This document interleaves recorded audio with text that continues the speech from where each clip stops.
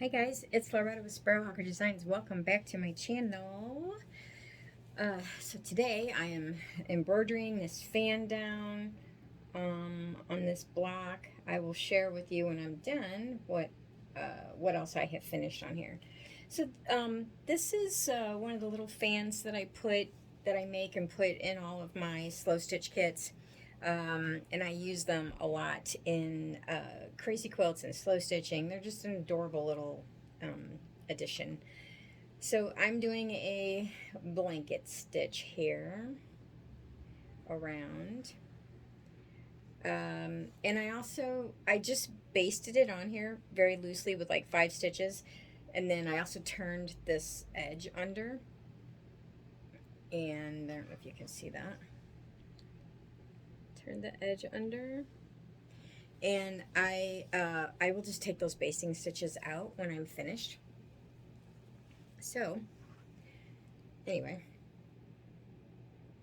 I just want to let you all know also, almost all of the fabric in here is cotton, like 98% of it's cotton. I think there's 2 blocks that is like a linen mixture. And I think I have used nothing but regular DMC cotton embroidery thread. I think I used a pearl cotton on one thing so far. And basically, I think the reason uh, that I'm doing that is to kind of show you that, you don't have to have access to the fancy shops with all the fancy threads to make something that you like, or that's really, that's makes something that's cute. And you also have to have a ton of money, because some of those, I mean, I'm amazed at how expensive DMC thread is now. Like, I mean, I say it's expensive because I've been buying DMC thread since I was like 20. And it used to be like, I think it was 17 cents for a skein of it, and now it's up to, I think at Joann's they're 75 cents or 67 cents, something like that. Unless you get them on sale, which every now and then you can. But anyway, that's still, if you're trying to sort of start, um, if a collection of basic colors or whatever, you could probably do that for under $15. Like if this was new to you and you uh, didn't have any supplies. Whereas if you went out and bought pearl cotton and some of the fancier uh, silks and the Valdani thread, which, God, I love the Valdani thread, and it's super expensive.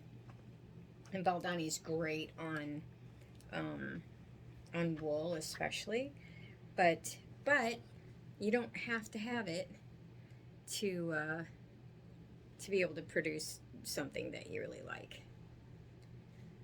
I tend to do the majority of my stitching off camera because, first of all, it's usually my busy work that I do in front of the TV, and second of all, it's the angle is weird for me to try to make sure you can see what I'm doing and be able to make good stitches.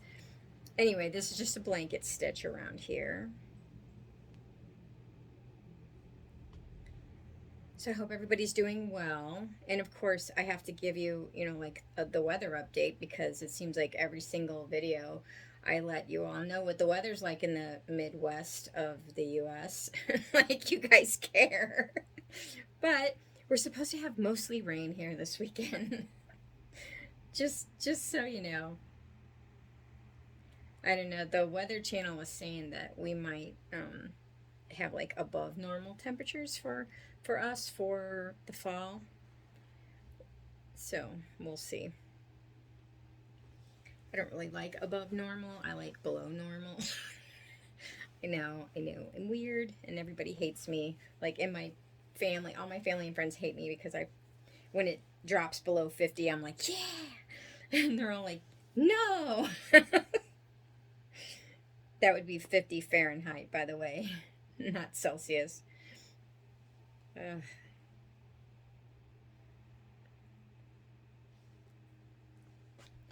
So anyway, what have you all been watching lately? You should like put it in the comments below. Let me know like if you've watched anything, oh, there's a bead, anything fun lately.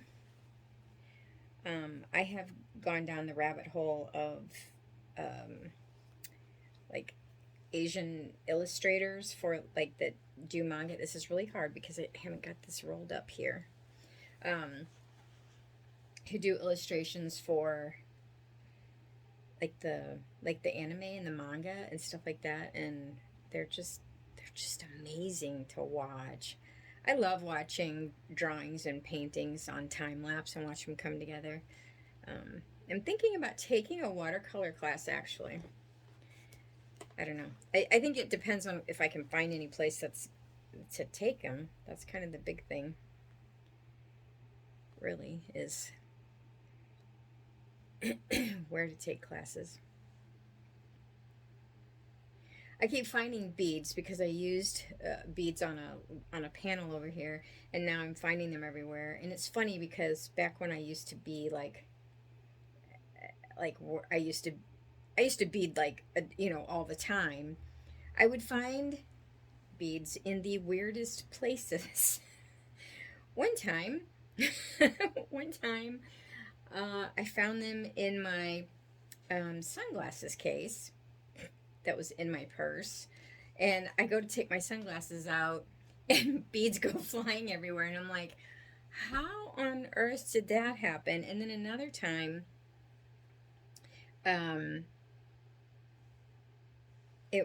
found them in my refrigerator. They were in, I was cleaning my refrigerator actually because I think it was like the week of my daughter's wedding or something, and I was cleaning out my refrigerator as one does when you have people in your house who normally aren't in your house, and and I opened like the vegetable drawer, and there were these green size 11 seed beads, I mean not in a tube obviously, but laying loose, and I'm just like, how did that happen? Like, I have not, it's not like I was beading while I was cooking. I don't even bead in the kitchen. So apparently there had to be some, like, I don't know, like maybe in the fold of my clothes or something, and I opened the vegetable drawer and they dropped in and I was just not aware of it. I mean, it's ridiculous. I mean, that's just, it's so weird. It's just truly, truly weird. So anyway, so now that I've got this on here, I will, there's little tiny basting stitches right there, which I will cut out. And I could, if I wanted to, I could go in and stitch each one of these blades, but I'm not going to. I'm going to leave them like that.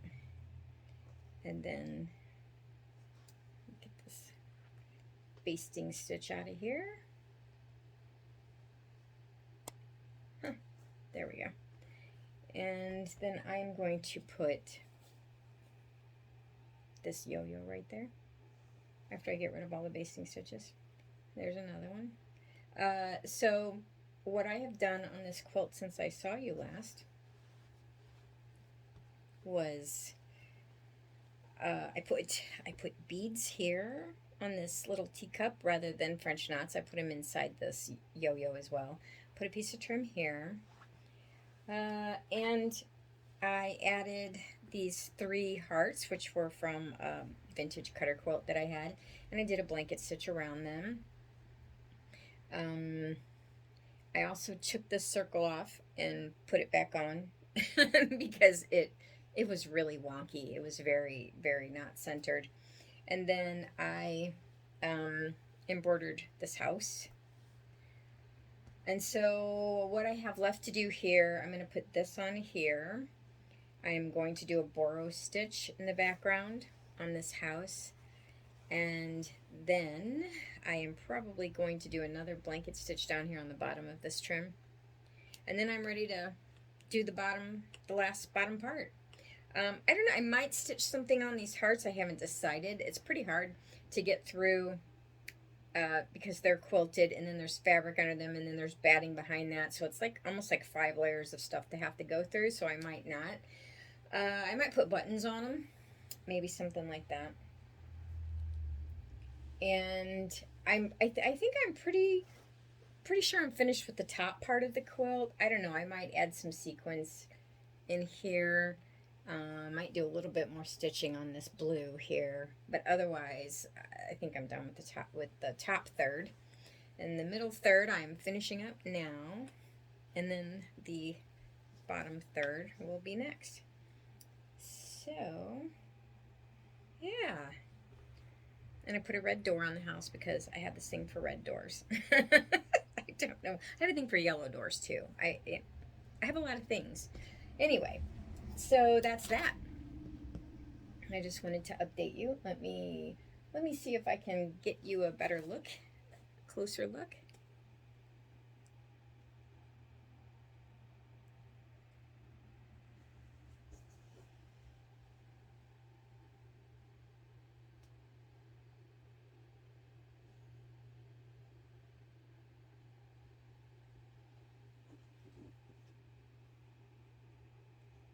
So there you go.